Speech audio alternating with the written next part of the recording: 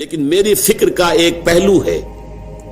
ایک تو میں نے شروع میں جو 2 آیات پڑھی تھی کہ تحریک پاکستان کا بیسک موٹیویشن جو ہے وہ سورہ انفال کی آیت نمبر 26 میں ہے. وَاذْكُرُوا، یاد کرو، اذ انتم قلیل، جب تم کم تھے تعداد میں، اقلیت تھے، مستضعفون فی الارض، تمہیں سپریس کر دیا گیا تھا، دبے ہوئے تھے.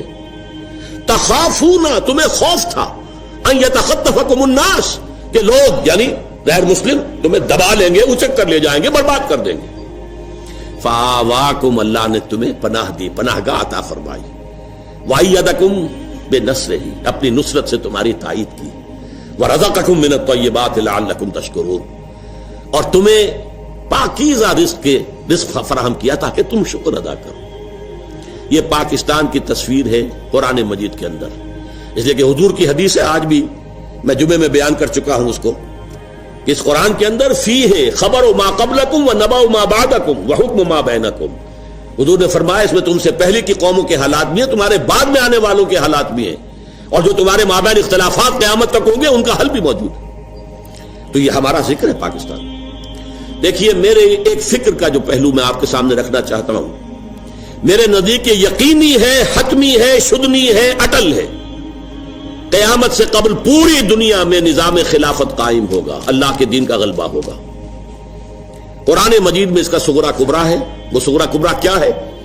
کہ حضور کو بھیجا گیا غلبہ دین کے لیے. 3 دفعہ فرمایا هو الذی ارسل رسولہ بالہدی ودین الحق لیظہرہ علی الدین کلہ، اور 5 دفعہ فرمایا کہ ہم نے اے نبی آپ کو بھیجا پوری نوع انسانی کے لیے. وما ارسلناک الا کافۃ للناس بشیرا ونذیرا. منطقی نتیجہ کیا ہے؟ حضور کا مقصد بعثت اس وقت پورا ہوگا جب کل روح ارضی پر، کل عالم انسانیت پر اللہ کا دین غالب ہو جائے. کیسے ہو سکتا ہے کہ دنیا ختم ہو جائے اس کے بغیر، حضور کے مقصد بعثت کی تکمیل کے بغیر؟ جو اقبال نے کہا تھا کہ وقت فرصت ہے، کہاں کام ابھی باقی ہے، نور توحید کا اتمام ابھی باقی ہے. اگرچہ ساتھی خبر دی تھی یہ جہاں معمور ہوگا نغمہ توحید سے.